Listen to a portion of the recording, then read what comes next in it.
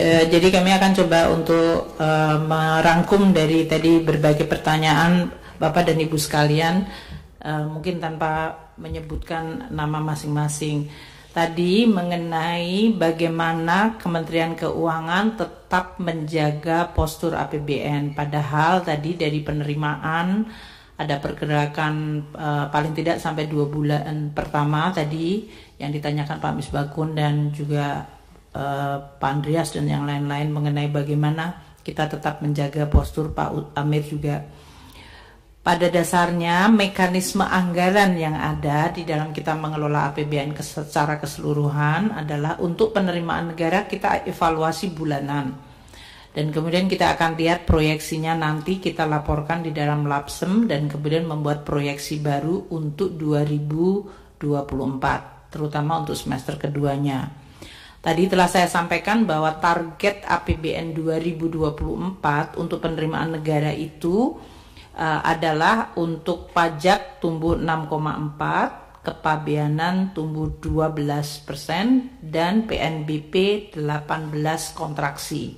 Sehingga total pendapatan negara itu tumbuhnya 1%. Nah, kami nanti karena pendapatan negara itu tidak merupakan suatu yang fix tapi berdasarkan dinamika ekonomi, maka kita nanti akan lihat komposisi barangkali akan berubah. Sampai hari ini umpamanya di teman-teman pajak Pak Suryo masih memberikan target internal, buoyancy-nya tidak boleh kurang dari 1. Ini berarti kalau pertumbuhan ekonominya 5% atau 5,2%, inflasi di 2,5 atau 3%, kita tetap memberikan target internal pajak itu 8% sampai hari ini, walaupun tadi penurunan 5% secara neto, walaupun brutonya positif. Nah, nanti kan kita akan lihat Maret ini PPh 21 untuk PPHOP, kemudian penerimaan dan banyak hal yang akan bergerak. Kita nanti lihat sama-sama. Untuk bea cukai juga sama. Kepabeanan cukai termasuk yang dikatakan Pak Dolfi tadi target 6,1 triliun untuk plastik dan berpemanas nanti bergerak. Kalau dia tidak mulai Januari, berarti kalau mulainya nanti pada bulan selanjutnya, prosesnya di internal pemerintah versus prosesnya di DPR pasti akan mengurangi kemungkinan kita untuk mencapai target dari tadi cukai dari 2 barang tersebut. Nah, ini nanti di offsetnya oleh apa gitu. Umpamanya PNBP kan targetnya sangat konservatif waktu itu ditetapkan. Tapi memang itu antisipasi terhadap harga dari minyak maupun dari batu bara dan CPO. Jadi kita nanti akan lihat keseluruhannya. Sementara belanja itu sudah komitmen, Pak. Kami selalu mengatakan komitmen. Bahkan ada tambahan komitmen tadi yang dikatakan oleh Pak Dolfi, umpamanya pupuk mau ditambah. Kemudian kalau untuk IKN tergantung dari kemampuan penyerapan sih, Pak. Kalau permintaan tahun lalu juga Presiden minta impres jalan. Bapak dan Ibu sekalian masih ingat waktu itu jalan-jalan yang berlubang dan lain-lain itu menambah belanja hampir 15 triliun sendiri. Total untuk 2 tahun itu hampir 30 triliun. Nah, itu juga menambah belanja. Jadi belanja itu komitmen yang harus kita sediakan. Sehingga kombinasi antara belanja yang merupakan komitmen versus pendapatan yang masih merupakan target itu menjadi salah satu tantangan Kemenku atau bendahara negara untuk mengelolanya. Termasuk dalam hal ini pertanyaan Bapak dan Ibu sekalian. Jadi ini nanti adjustmentnya seperti apa? Defisit nambah, pembiayaan berarti nambah, atau belanjanya akan direm. Itulah yang sedang kita terus lakukan. Itu memang tugas dari bendahara negara. Makanya memang tidak nyaman Bapak kalau kita pas lagi itu mengatakan automatic adjustment 5%. Ini untuk berjaga-jaga. Kami sampaikan karena tadi kebutuhan-kebutuhan urgent yang lain akan muncul. Tapi kami tidak menyalahi undang-undang dengan mengatakan automatic adjustment 5% tetap di dalam alokasi kementerian lembaga, belum diambil dan tidak ditarik apalagi dipindahkan, karena itu tidak dibolehkan kecuali kami kembali ke DPR.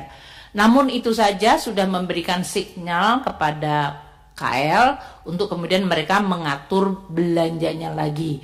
Apalagi kita lihat track recordnya, biasanya KL itu ada belanjanya bisa sampai 93%, bisa 98%. Jadi kita menghitung dengan memberikan automatic adjustment 5% itu nggak akan mempengaruhi prioritas dari aktivitas di masing-masing KL. Itu hanya untuk memberikan signal ruangan itu saya minta untuk dijaga ya, karena masih banyak nih belanja-belanja lagi yang nambah. Kami juga tentu akan, umpamanya kalau kita lihat nanti defisitnya akan naik, karena tadi belanja-belanja kan kita masih belum menghitung semua belanja Pak Dolfi. Untuk belanja subsidi, kompensasi tadi dengan harga minyak yang berubah, kurs berubah, volume berubah, ini semuanya akan memberikan kita hitungan yang akan berubah. Makanya kalau kami lihat konsumsi subsidi BBM tadi dan LPG sudah menunjukkan kenaikan, kami akan memberikan signal kepada Menteri SDM, Pertamina, Menteri BUMN, ini baru 2 bulan kok sudah segini volumenya, bisa dijaga nggak supaya target, baik target di dalam APBN maupun target dari volume maupun target dari sisi rupiahnya. Ini kita lakukan semuanya Pak Dolfi, sehingga memang semua itu bergerak. Kecuali memang kalau gaji kan sudah nggak akan bergerak, sudah ada tukin tambahan kita tambahkan, ya sudah harus dibayar THR, sesudah ditetapkan ya harus dibayar gitu. Tapi kalau belanja barang, belanja modal, kadang-kadang mereka menghadapi masalah di lapangan, ternyata nggak terabsorb, atau kalau mereka melakukan lelang anggaran, ternyata yang tadinya dianggarkan 100 ternyata bisa mendapatkan 80 sehingga ada sisa 20%. Mereka melakukan optimalisasi within masing-masing KL Pak. Sehingga kami minta 5% itu kita perhitungkan nggak akan mempengaruhi. Jadi kami pastikan tidak mempengaruhi. Untuk jadi nanti kami mohonkan kepada pimpinan Bapak dan para anggota Komisi 11, mohon kami diberi waktu karena siklus yang biasanya adalah kami membuat lapsem. Kami nanti bahas bersama, evaluasi lagi, Bapak dan Ibu sekalian akan lihat secara detail apa-apa yang sesuai atau yang tidak sesuai target dan warningnya ada di mana. Dan kami juga akan menyampaikan target atau proyeksi sampai akhir tahun sehingga posturnya kira-kira akan seperti apa. Itu kami mohon menunggu sampai pertengahan tahun sesuai dengan siklus anggaran. Termasuk bukan karena kami menghindar ya, pertanyaan Bapak dan Ibu sekalian tentang makan siang gratis. Kami nggak menjawab karena di APBN kita belum ada. Di 2023 kan belum Bapak. 2024 kan tidak ada. Kalau ini adalah untuk pemerintah yang baru, Bapak dan Ibu, kami nanti ke Bapak dan Ibu sekalian mulai dari camp PPKF, kebijakan ekonomi makro, pokok-pokok fiskal, itu sudah ada postur besarnya. Belum sampai kepada detail siapa, belanja apa, bentuknya di mana, apalagi tadi mau ngambil bos. Ya enggak lah Bu, belum. Jadi kami sekarang ini di internal pemerintah, dan jangan lupa ini adalah pemerintah transisi. Jadi kami juga akan lihat sama dengan tradisi transisi, kita akan membantu untuk mendesain APBN transisi itu dengan etikalnya ya Bapak ya dan Ibu 16 Agustus. Tapi nanti pelaksananya untuk pemerintah baru. Nah, ini perlu ada fatsun politik dan komunikasi politik yang kita coba jaga secara proper lah Pak ya. Jadi dalam hal ini. Namun kami menyadari, makanya kami nggak akan menyampaikan apa-apa. Kalau tadi disampaikan, sudah dibahas di kabinet, itu waktu kita ngomongin camp PPKF itu baru postur besar Pak. Tapi kalau ada yang menyampaikan, tadi kita ngomongin makan siang gratis, setahu saya sih enggak Pak. Karena camp PPKF kita belum ngomongin, boro-boro ngomongin belanja KL. Postur aja kan masih dalam bentuk range Pak. Iya kan? Itu pun masih pembahasan sangat awal. Jadi mohon maaf sekali Bapak dan Ibu sekalian, apalagi ini bulan puasa, mohon dibukakan pintu maaf sebesar-besarnya. Saya nggak bisa komentar mengenai makan siang gratis gitu. Itu aja.